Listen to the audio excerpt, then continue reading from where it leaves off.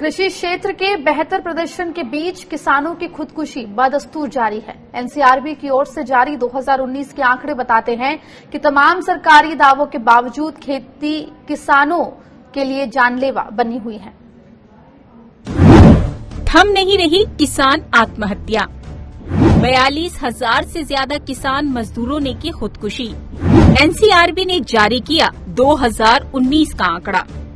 चारों खाने चित हो चुकी अर्थव्यवस्था में कृषि क्षेत्र की रफ्तार भले ही हालात सुधारने की उम्मीदें जगा रही हो, लेकिन किसानों के लिए जमीनी हकीकत बहुत जानलेवा है।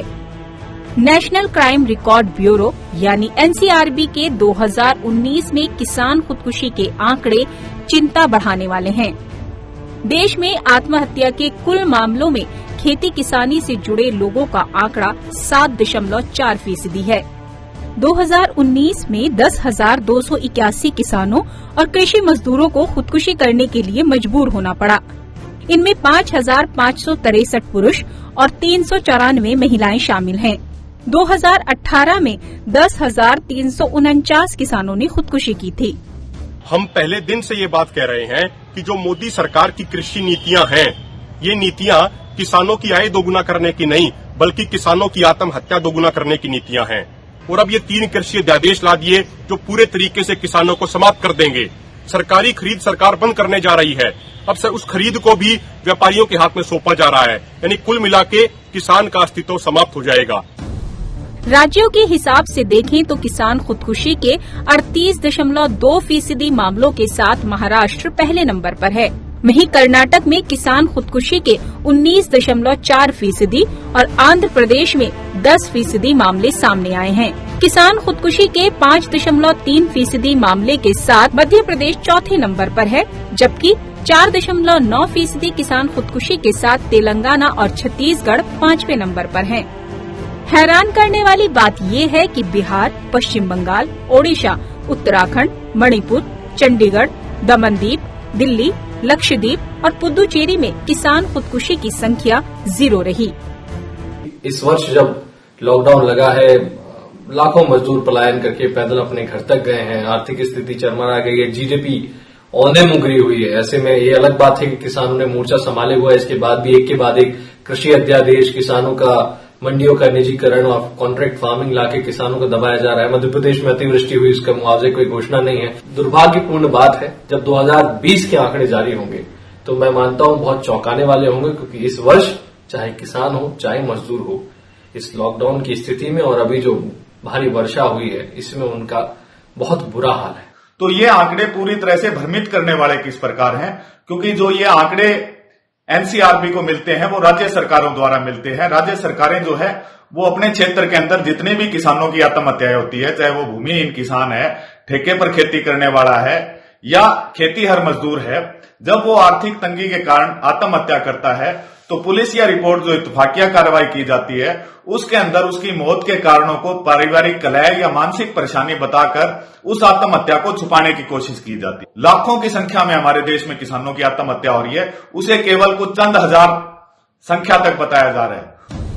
2019 में किसानों और खेतीहर मजदूर ही नहीं, दिहाड़ी मजदूरी करने वालों की खुदकुशी के आंकड़े भी 8% बढ़ गए हैं। साल 2018 में जहां 30,132 दिहाड़ी मजदूरों ने खुदकुशी की थी, वहीं 2019 में ये आंकड़ा बढ़कर 32,559 पर पहुंच गया। इसमें 29,092 पुरुष और 3,467 महिलाएं शामिल हैं। गौर करने वाली बात ये है कि 2019 में किसानों और मजदूरों के सामने ये जानलेवा हालात तब बने जब ना तो कोरोना था और न ही लॉकडाउन। 2020 में कोरोना और लॉकडाउन के चलते चौतरफा मार झेल रहे किसानों और मजदूरों के सामने क्या सूरत बनेगी, इसका अंदाजा लगाना किसी के लिए भी मुश्किल नहीं होना चाहिए। दिल्ली से कैमरा पर्सन सोमेंद्र के साथ शबीना सिद्दीकी, स्वराज एक्सप्रेस। इस पूरे मुद्दे पर बात करने के लिए हमारे साथ मौजूद है स्वाभिमानी शेतकारी संगठन के अध्यक्ष राजू शेट्टी और भारतीय किसान यूनियन राज्यवाल के अध्यक्ष बलबीर सिंह राज्यवाल जी। आप दोनों का स्वागत है स्वराज एक्सप्रेस पर। सबसे पहले राजू शेट्टी जी, आपसे जानना चाहूंगी कि जिस तरह से आंकड़े जो है ये आए हैं किसान आत्महत्या के। सरकार का कहना है कि एग्रीकल्चर इस वक्त ब्राइट स्पॉट में है, लेकिन जो आंकड़े हैं वो हकीकत जो है आ रही है सामने वो एकदम उलट है। तो आखिर क्यों किसान आत्महत्या देश में बढ़ती जा रही है? देश में जो किसानों की आत्महत्या बढ़ रही है, इसका कारण ना केंद्र सरकार ने किसानों की समस्या के तौर और खास करके कृषि क्षेत्र की तरफ गंभीरता से देखी है, कुछ नीतियां अपनाई है, ना राज्य सरकारों ने इसके लिए कुछ खास किया है।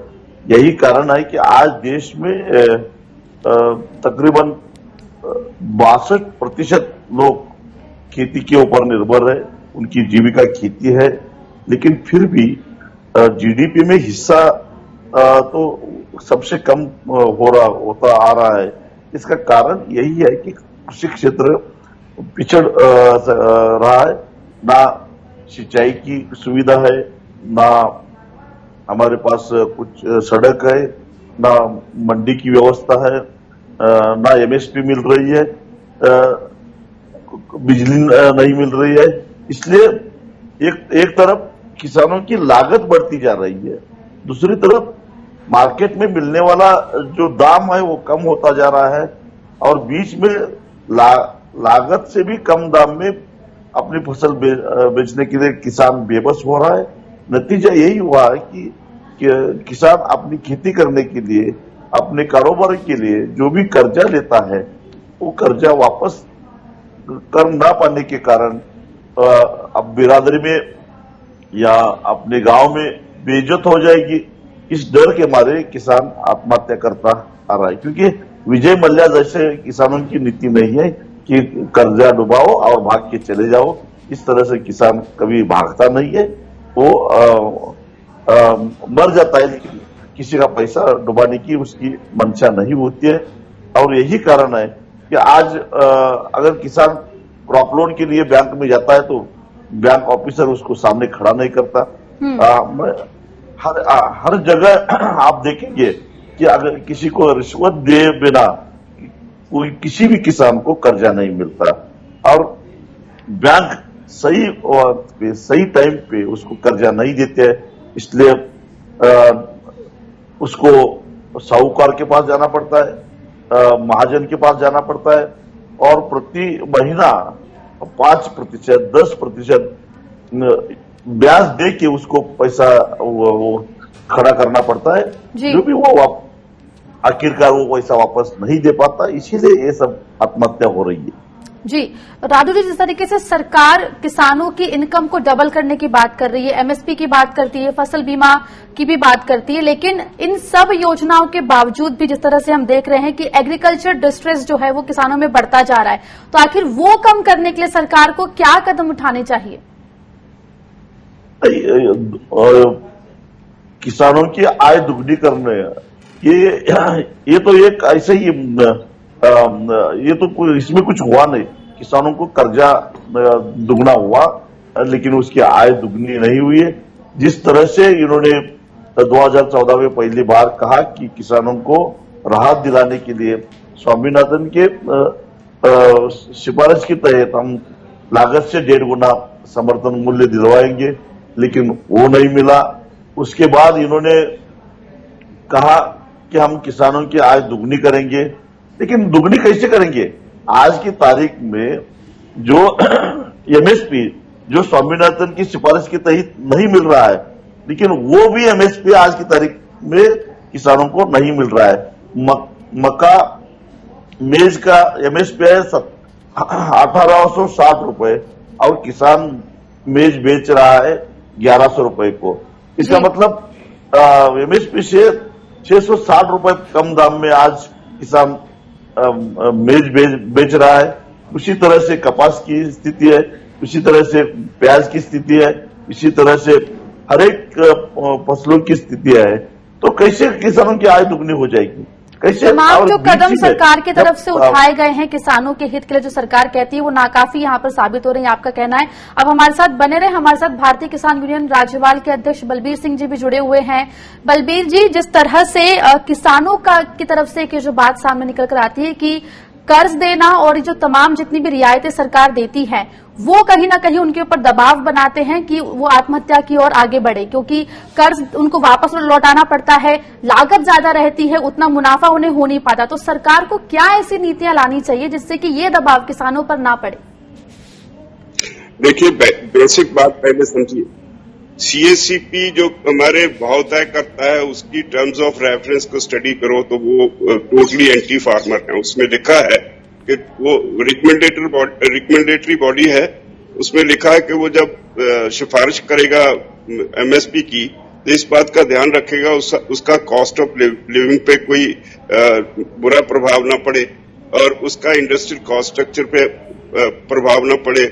उससे ये जो इंटरनेशनल प्राइस का ध्यान रखना है, ये सारी बातें जो सरकार ने ध्यान रखनी होती है। इसकी वजह से उसको ठीक से भाव नहीं दिए जाते। यहाँ मैं 2 रिपोर्ट्स, सरकारी रिपोर्ट्स कोट करूंगा।